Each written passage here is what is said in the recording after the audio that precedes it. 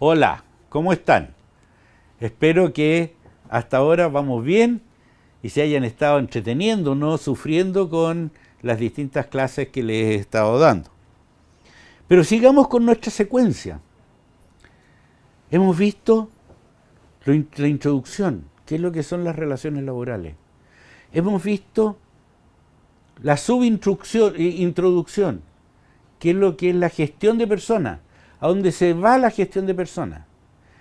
Pero la gestión de personas es ejecutada por personas.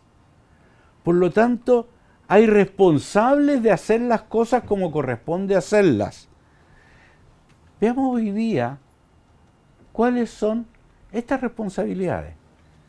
¿Qué le corresponde hacer a distintas personas dentro de la organización para que la gestión de recursos humanos funcione adecuadamente y logre cumplir con los objetivos que nos hemos propuesto? Mejorar la productividad de la organización con el objeto de tener más riqueza interna dentro de la organización, riqueza medida por todos los tipos. O sea, no hablemos solamente de riqueza monetaria, hablemos de riqueza de calidad de vida, hablemos de riqueza de clima organizacional, hablemos de riqueza en menos desperdicio por tomar malas decisiones.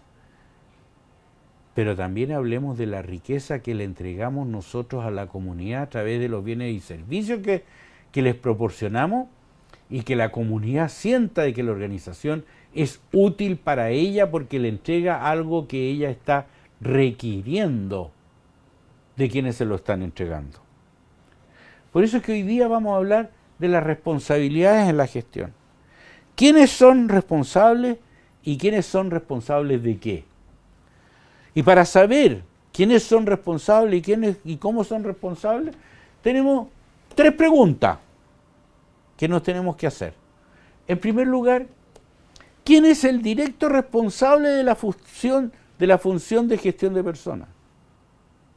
Esta es una pregunta que es bastante compleja, porque todo el mundo piensa y dice, es fulanito de tal, que se sienta en tal lugar y ocupa tal puesto. Pero vamos a ver nosotros que todo depende del nivel de responsabilidad. Y como siempre la responsabilidad no es delegable, el máximo nivel organizacional es el responsable de la calidad de esta función. Primera pregunta. Segunda pregunta. ¿Es una función de staff o línea? Entendiendo por staff de que no está preocupado directamente de la ejecución de los distintos procesos, sino que está preocupado indirectamente de ver cómo otros ejecutan los procesos, cómo otros ejecutan los procesos de alimentación, los procesos de mantención, los procesos de compensaciones, ¿ya? Los procesos de planificación de recursos humanos, etc. Eso es staff. Línea es estar preocupado, y ustedes saben perfectamente de qué se trata la línea, de que las cosas se hacen de acuerdo a una orden de mando que sale de la cabeza de la unidad que tiene una cierta responsabilidad. Y en tercer lugar, cambien los nombres que quieran, cuál es el papel de gerentes y de supervisores en esto que es la organización y la forma de hacer las cosas. Ustedes utilicen sus nombres propios para esto que es gerentes y supervisores, pero estos nombres vienen de mi costumbre. Yo estoy acostumbrado a trabajar con empresas, con organizaciones privadas fundamentalmente, sean estas empresas o no, con organizaciones públicas, en donde también existen en algún caso gerentes o supervisores. Vamos viendo entonces si estas preguntas, cómo se responden. Y las respuestas a estas preguntas tienen que ver a su vez con otras 3 cosas. En primer lugar, con el tamaño de la organización. Claro, porque estas mismas normas, estas mismas formas pueden ser aplicadas desde el Estado en general, donde el jefe de todos nosotros es el presidente de la República, como puede ser de la pyme o la MIPYME, esa pequeñita empresa que es el almacén de barrio, que lo atiende la señora de un caballero que trabaja en cualquier parte, pero ella hizo su negocito propio, pero también tiene a su vez un muchacho de los mandados o una persona que lo apoya en el orden de la mercadería y que ella contrata y tiene que pagarle. Para todas ellas son aplicables estas normas. Por eso es que las respuestas a las preguntas anteriores, en primer lugar, van a depender del tamaño de la organización. Mientras más compleja la organización, más tenemos que pensar cómo va a ser la respuesta. En segundo lugar, tiene que ver con el grado de sindicalización. Los sindicatos en nuestro país no son tan importantes porque no existen en todas partes. El grado de sindicalización en Chile, bajo mi concepto, es muy bajo. No sé si alcanza el 10% de los trabajadores chilenos. Siendo que los trabajadores dependientes con capacidad de organizarse tampoco son muchos, porque cada día más está creciendo en nuestro país el trabajo por cuenta propia, ¿ya? El trabajo llamado no dependiente, del trabajo de independiente, en donde normalmente en esas organizaciones no existe sindicato. Y los sindicatos tienden a formarse en grandes organizaciones donde hay grandes problemas. Pero también entonces estas preguntas dependen del grado de sindicalización, porque el sindicato es una contraparte que tienen las empresas para poder establecer normas en el lugar de trabajo, por lo tanto, para establecer determinadas formas de hacer las cosas. Que en una empresa que no hay sindicato, normalmente el dueño es el que tiene la última palabra, o su representante máximo, que puede ser un gerente general nombrado por un dueño o por un conjunto de dueños que no quieren participar propiamente en la dirección de la organización. Y en tercer lugar, las respuestas dependen del estilo de dirección o liderazgo que se aplica dentro de la organización, sabiendo que existen múltiples tipos de liderazgo que vamos a ver nosotros de alguna manera cómo cada uno de estos influye. Entonces, yendo a la respuesta, el tamaño de la organización. En las pequeñas empresas, ¿ya? ¿Quién se preocupa de manejar recursos humanos o de establecer las cosas que tienen que ver con el manejo de recursos humanos? Son contadores, cuya máxima preocupación es que haya una buena liquidación de remuneraciones y que nadie reclame porque están mal pagados los sueldos a final del mes. No hay otra preocupación, porque el contacto entre los supervisores que pudiera haber dentro de la organización y los trabajadores es tan directo que se conocen hasta la familia y los nombres de los hijos y los nietos de cada uno de los trabajadores. En consecuencia, en esa organización, la norma es una relación laboral directa entre supervisor, cualquiera que sea el supervisor, el dueño es un supervisor, por supuesto, ¿ya? Y el trabajador. Y el trato que exista entre ellos puede ser de cualquier tipo. Cuando ya las organizaciones crecen un poco más, y aquí hablamos de organizaciones entre 150 y 300 personas, y estamos empezando a hablar de empresas medianas, ya aquí vamos empezando a notar una cierta estructuración, porque en empresas ya de este tamaño, el dueño no puede manejar todas y cada una de las cosas que suceden dentro de su empresa. No puede relacionarse con todos y cada uno de los trabajadores que en ella existen. En consecuencia, tiene que delegar, establecer responsabilidades, escalas de responsabilidades y delegar ciertas autoridades. Y al delegar ciertas autoridades, le está entregando capacidad a otras personas, a otros supervisores, a otros grados dentro de la organización para que manejen las relaciones de trabajo, para que manejen las normas, haciendo que cada uno de ellos cumpla con responsabilidades distintas. Y este famoso contador que teníamos antes, ahora es reemplazado por una persona, por un administrativo, generalmente un técnico que tiene una mejor captación de las normas y sobre todo de las normas que tienen que aplicarse dentro de la organización para no equivocarse y evitar que el día menos pensado llegue un inspector del trabajo y le pase una multa por no aplicar la ley como corresponde ser aplicada. Aquí en esta organización ya se entra a asignar responsabilidades distintas a distintos niveles de mando y a distintos niveles dentro de la organización para que las cosas funcionen. Y finalmente tenemos las empresas grandes. Aquí más de 300 personas. Claro, si tenemos empresas de 1.000, 1.500, 2.000, 3.000, 6.000 personas de repente, en donde la estructura organizacional tiene que ser mucho mejor diseñada. Las responsabilidades tienen que ser mucho mejor asignadas a distintos niveles.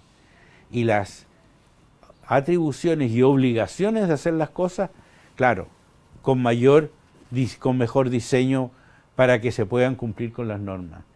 En estas empresas, el último responsable sigue siendo el gerente general o el presidente ejecutivo o como queramos llamarlo, el director general.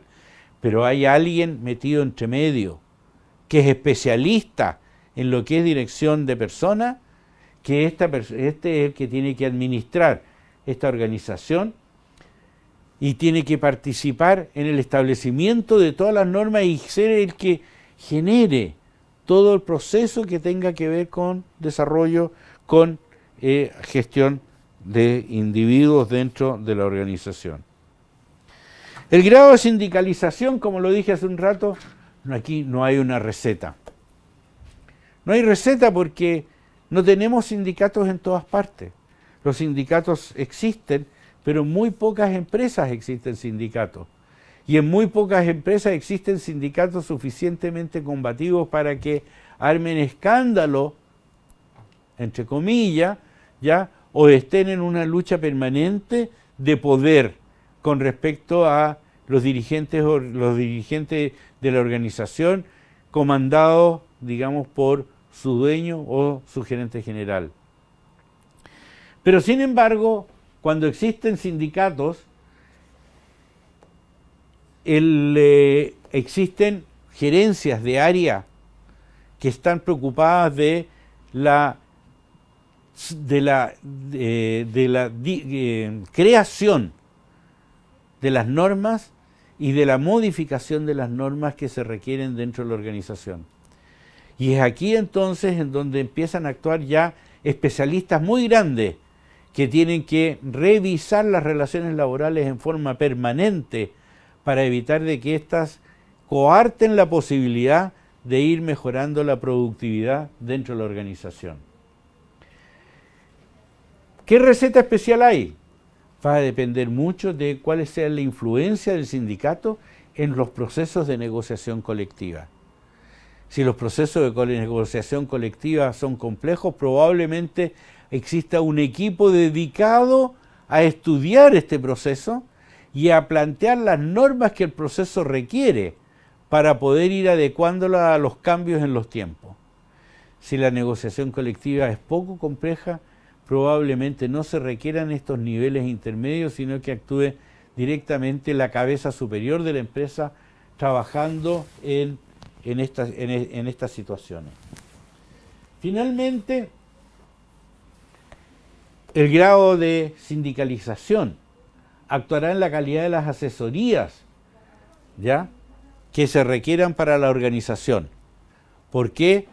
Porque la organización siempre merece tener algún tipo de asesor que les vaya diciendo cómo se está comportando y haciendo un análisis del control de la gestión que está aconteciendo para ir haciendo las modificaciones que se requieren en el tiempo dentro de la organización para que ésta tenga éxito y dé las satisfacciones que se requieren en interna como externamente.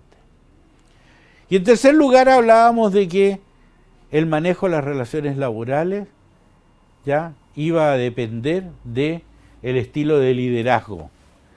¿Y a qué me estoy refiriendo al estilo de liderazgo? A que nosotros podemos tener muchos tipos de liderazgo. Se pueden definir desde un liderazgo autocrático, en donde el que manda es el que manda y nadie más. Estilo de laissez-faire, en donde cada uno haga lo que quiera, como quiera, siempre que no entorpezca la organización. Líderes carismáticos, líderes democráticos, es decir, existen distintos tipos de líderes. Y dependiendo del tipo de líder, es que existirá un nivel de responsabilidad y se asignarán responsabilidades. A mí me ha tocado participar y ver en varios tipos de organizaciones con distintos tipos de líderes.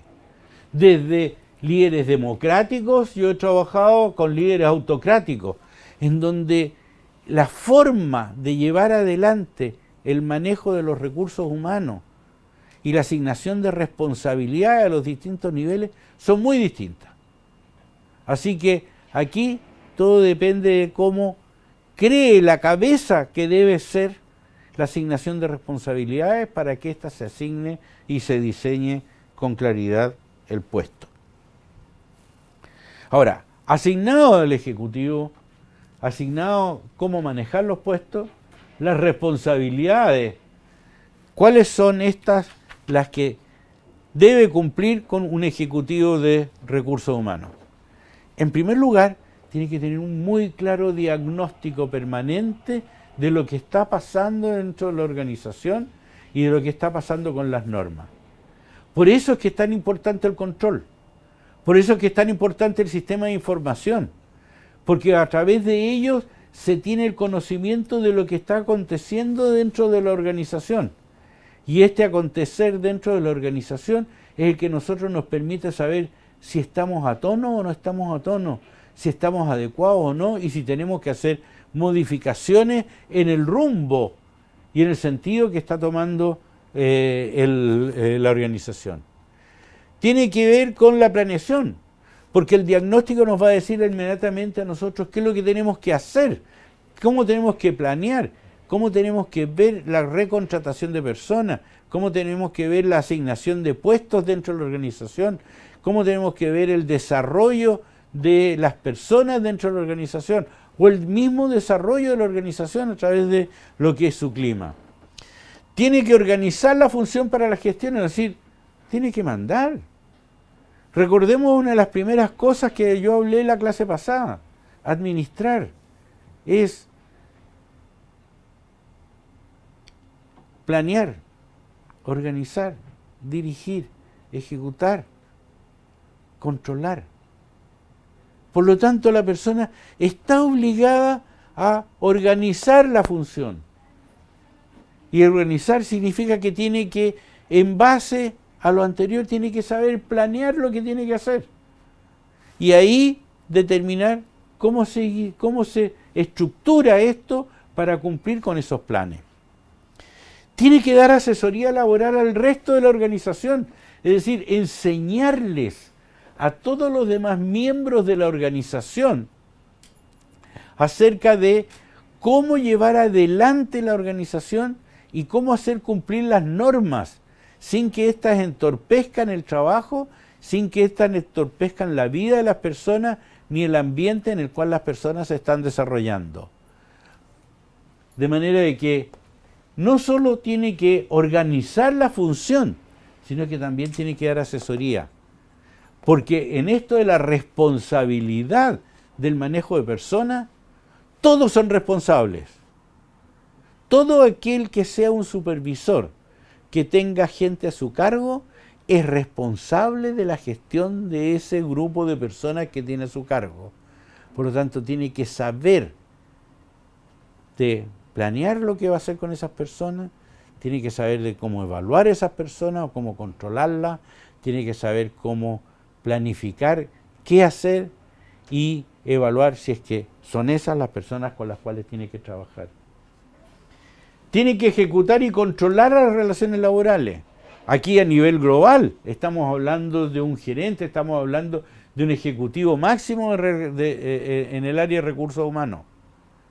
Pero tiene que evaluar en conjunto con los demás miembros de la organización a quienes le ha entregado alguna responsabilidad para que hagan y lleven adelante las normas establecidas. Tiene que establecer políticas respecto a las personas y tiene que establecer políticas respecto a la negociación colectiva cuando ésta ocurre. Porque no necesariamente el ejecutivo máximo de la negociación debe negociar, participar de la mesa de negociación. Debe ser un árbitro entre aquellos que él asigna que deben participar en la mesa de negociación con las dirigencias sindicales para sacar adelante los problemas que se puedan suscitar. Debe solucionar quejas y demandas y problemas de relaciones interpersonales, pero también puede delegar esta atribución en otros niveles, pero ser la cabeza última, como quien dijera, el poder supremo de la justicia dentro de la organización para dirimir situaciones de problemas que en ella se produzcan. Y por último, debe ser capaz de entrenar a toda la línea, ¿ya? Y repito esto, de entrenar a toda la línea respecto de cuáles son las distintas responsabilidades y cuáles son los distintos procedimientos de las relaciones laborales con el objeto de llevar adelante en buena forma la organización. Pero estas responsabilidades se traducen en tareas. Tareas ahora específicas para hacer andar el plan. Y estas tareas son establecer todos los procedimientos que sean requeridos por la organización para que la organización funcione adecuadamente. Ustedes saben lo que son los procedimientos. Y este es el responsable de que esos procedimientos existan y existan adecuados a lo que la organización pretende ser. Tiene que controlar la correcta interpretación de los procedimientos, es decir, tiene que saber qué está pasando dentro de la organización y qué están haciendo los demás que tienen atribuciones para que hayan aplicado bien los procedimientos y si no, llamar al orden. Tiene que hacer ver los aspectos personales en la planificación estratégica de la organización. O sea, las personas son parte importante dentro de cualquier organización. Ninguna organización funciona sin personas. En consecuencia, tenemos que considerar a las personas en su entero ser, en su entero haber, en su entera contribución a los objetivos de la organización. Y es por ello entonces que es muy claro que en una planificación estratégica, si nosotros no consideramos a las personas, la planificación de seguro que se nos cae.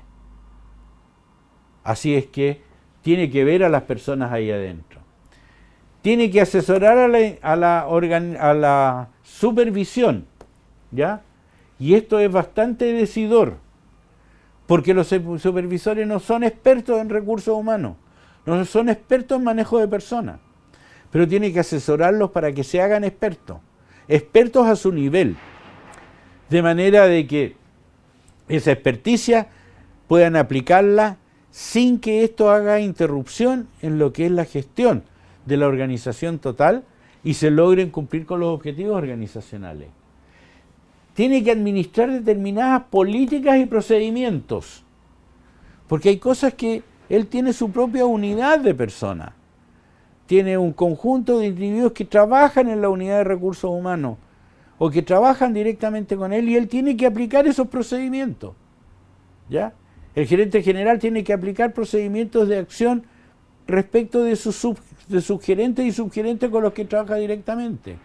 Ahora, si es el gerente de recursos humanos, el especialista de recursos humanos de la organización, él tiene una unidad dedicada a pago de remuneraciones puede ser, contratación de personas, la unidad de capacitación. Tiene que administrar esa unidad también, tal como otros supervisores administran sus propias unidades. Tiene que mantener relaciones con otras partes. Es una cabeza visible de la organización, tanto interna como externamente. Por ello es que yo explico aquí y digo, tiene que mantener relaciones con personas, con dirigentes sindicales, con autoridades del trabajo o con autoridades de algunas otras empresas relacionadas. Por ejemplo, una mutual de seguridad. Y cómo influye la mutual de seguridad en las acciones que tiene que hacer dentro de la organización. Tiene que participar en la negociación colectiva. Bueno, aquí hay que establecer límites y grado de participación. Si el gerente general de la empresa no debe participar directamente, pero sí estar muy bien informado de todo lo que sucede para solucionar problemas que se pudieran suscitar en un momento en que existe una interrupción de esta relación armónica que tiene que haber en una mesa de negociación colectiva. Pero si es el gerente de recursos humanos, él sí tiene que participar directamente porque es el que lleva la voz cantante en representación de la empresa. Tiene que buscar información de cambio en el mercado de trabajo, de cambio en la legislación, para saber cómo adaptarla a lo que es la organización en la cual está metido. Ahora, la unidad de recursos humanos tiene que administrar una serie de procedimientos bien importantes. En primer lugar, yo pongo siempre el bienestar, porque la unidad de recursos humanos tiene su obligación de que su principal producto sea un clima laboral adecuado. Por lo tanto, el clima laboral pasa porque las personas sientan que su bienestar está siendo una preocupación importante de parte de la empresa. En segundo lugar, tiene que administrar todo lo que es la capacitación, el programa de capacitación, pero no necesariamente la detección de necesidades de capacitación. Esta es una obligación de la supervisión, porque el supervisor es el que está midiendo a sus trabajadores lo que están haciendo y cómo lo están haciendo. Tal vez administrar programas culturales y artísticos, porque la organización requiere que exista cierto, llamémoslo entre comillas, cierto teatro, cierto clima de satisfacciones distintas que el mero trabajo. Tiene que manejar también procedimientos que tienen que ver con recreación y deporte. ¿Cuántas organizaciones no tienen sus equipos de fútbol, de voleibol, de básquetbol, de lo que sea, con el objeto de dar una alegría distinta a sus trabajadores, ¿ya? De dar un entretenimiento, una entretención diferente que los saque de la mentalidad del lugar de trabajo y los lleve a otro tipo de satisfacciones? Tiene que ver, y aquí manejar parte de reclutamiento, selección y contratación. Parte. No ser él el que designe quiénes hay que contratar. Él puede salir a contratar bajo las normas que le dan otros supervisores acerca de cuál es el Juan Pérez que tienen que traer dentro de la organización. Pero no es él el que va a definir si es que ese es el Juan Pérez adecuado o no. Tiene que ver con ciertos aspectos de movilización. Hay empresas que están distantes del lugares de vivienda y de los lugares de trabajo. Por lo tanto, a lo mejor tiene que establecer sistema de movilización especial. Piensen, por ejemplo, yo pienso en el Teniente, la minera El Teniente. Está a buena distancia el mineral del lugar donde vive la gente, que es en Rancagua. Bueno, tiene que preocuparse de la movilización especial para trasladar a la gente, con el objeto de que puedan llegar al lugar de trabajo en el momento oportuno en que tienen que estar, o sacarlos para que lleguen a sus casas, porque no todos van a llegar en auto hacia ese lugar, ni existe otro medio de locomoción. Y por último, aquí hay un trabajo de de la unidad de recursos humanos que es tremendamente importante y que muchos no se dan cuenta, o se vienen a dar cuenta cuando tienen que hacerlo. La mayordomía del lugar donde van a trabajar todos. El cuidado de los edificios, el cuidado de los baños, el cuidado de aseo, el cuidado de jardines. Es parte de esta unidad de recursos humanos como yo por lo menos la veo, como mi experiencia me ha dicho que tiene que ser. ¿Por qué? Porque es parte del bienestar general que tenemos que darle a nuestros trabajadores para que ellos se sientan que están en un lugar agradable y en un lugar que les da un buen clima laboral. Por el otro lado, la supervisión. Ahora hablamos de la supervisión de línea. Los miembros de la línea de la organización, los otros gerentes y los supervisores de talleres, de grupo o de lo que sea. Estos tienen que tomar decisiones para interpretar y aplicar normas de relaciones laborales. Porque son ellos los que están directamente metidos en eso. Y como son ellos los que están directamente metidos en eso, son ellos los que tienen que aplicar la norma. No es el gerente de recursos humanos o su gente la que tiene que venir a aplicarle la norma al trabajador Juan de los Dioses, sino que tiene que ser el supervisor directamente. Tiene que dirigir a su subordinado con un cierto estilo de liderazgo que les enseñe cuáles son las tareas a cumplir y de esta manera poder lograr los objetivos de la organización. Por lo tanto, es un capacitador. El supervisor de línea es un capacitador, tiene que capacitar a su gente. No se debe cumplir el que sabe, sabe y el que no es jefe. Se debe cumplir que el jefe tiene que saber tanto como aquel a quien le está entregando la responsabilidad de hacer algunas cosas con la eficiencia que requiere la organización. Tiene que ser el nexo entre su grupo de trabajo y el medio en el cual ellos se desenvuelven. ¿Por qué? Porque tiene que haber un representante para saber cómo coordinar el grupo de trabajo con otros grupos de trabajo. En toda organización existen múltiples grupos de trabajo, cada uno con tareas relativamente independientes, pero que a veces se tienen que cruzar y entrecruzar para lograr los objetivos comunes. Por eso es que nuestros supervisores tienen que ser el contacto entre grupos y otros, entre distintos grupos. Ya lo dije, tiene que ser un capacitador permanente de su personal. Es decir, si yo traigo una nueva tecnología a un taller o a un grupo de trabajo, yo tengo que saber enseñar a ese grupo, pero el que más tiene que aprender es el supervisor del grupo, el líder del grupo, porque ese va a tener que responder siempre a las preguntas del grupo. Y no va a ser el que trajo la tecnología, sino que aquel que las va a aplicar, el que tiene que conocer esas tecnologías bien.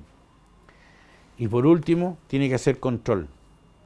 Y para ello, tiene que determinar qué cambios hay que hacer en las políticas y procedimientos que se le tiene encargado hacer con el objeto de mejorar la efectividad organizacional. El supervisor es un administrador. Tiene que planear, tiene que organizar, tiene que dirigir, tiene que ejecutar y tiene que controlar lo que pasa de su pequeño grupo. Su pequeño grupo es su unidad. Y esa unidad es una unidad económica que tiene un fin. Fin, mejorar la productividad de esa unidad para mejorar la productividad de la organización para la satisfacción del cliente. Nunca debemos perder de vista que todo lo que hacemos es en función del cliente de la organización. Llámenlo como quieran al cliente, pero el resultado último es el cliente de la organización. Y por último, ¿qué procedimientos administra entonces la supervisión?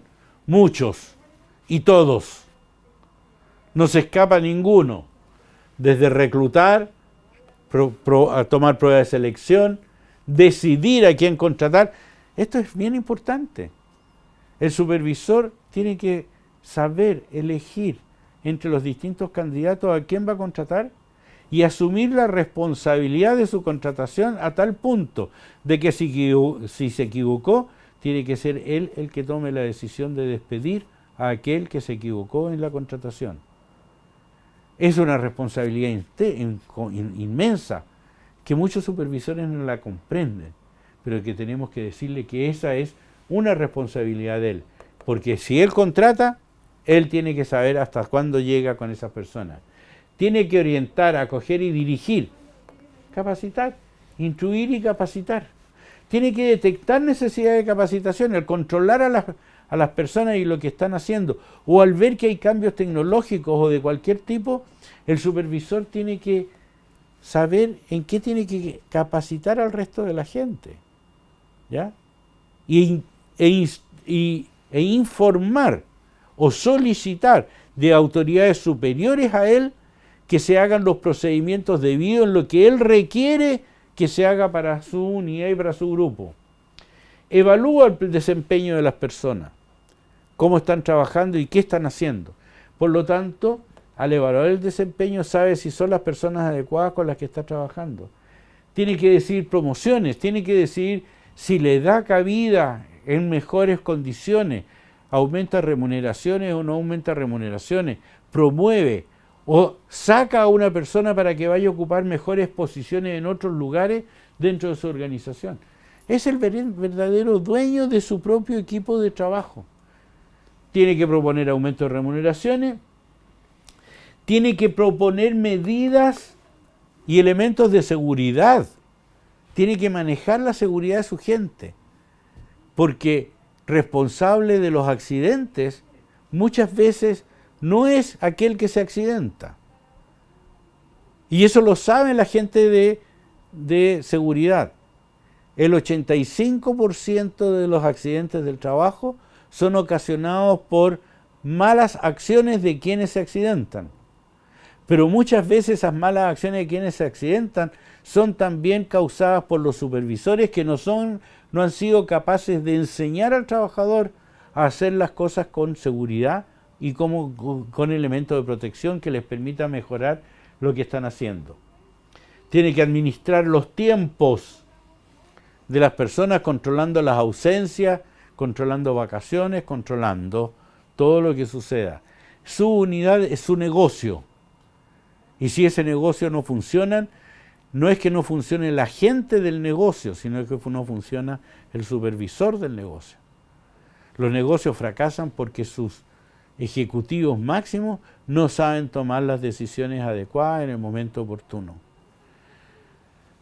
Con esto quiero cerrar otro capítulo más acerca de cómo entregamos nosotros responsabilidades a determinados niveles organizacionales para que ellos puedan administrar las tareas y las obligaciones que esos equipos tienen en el trabajo.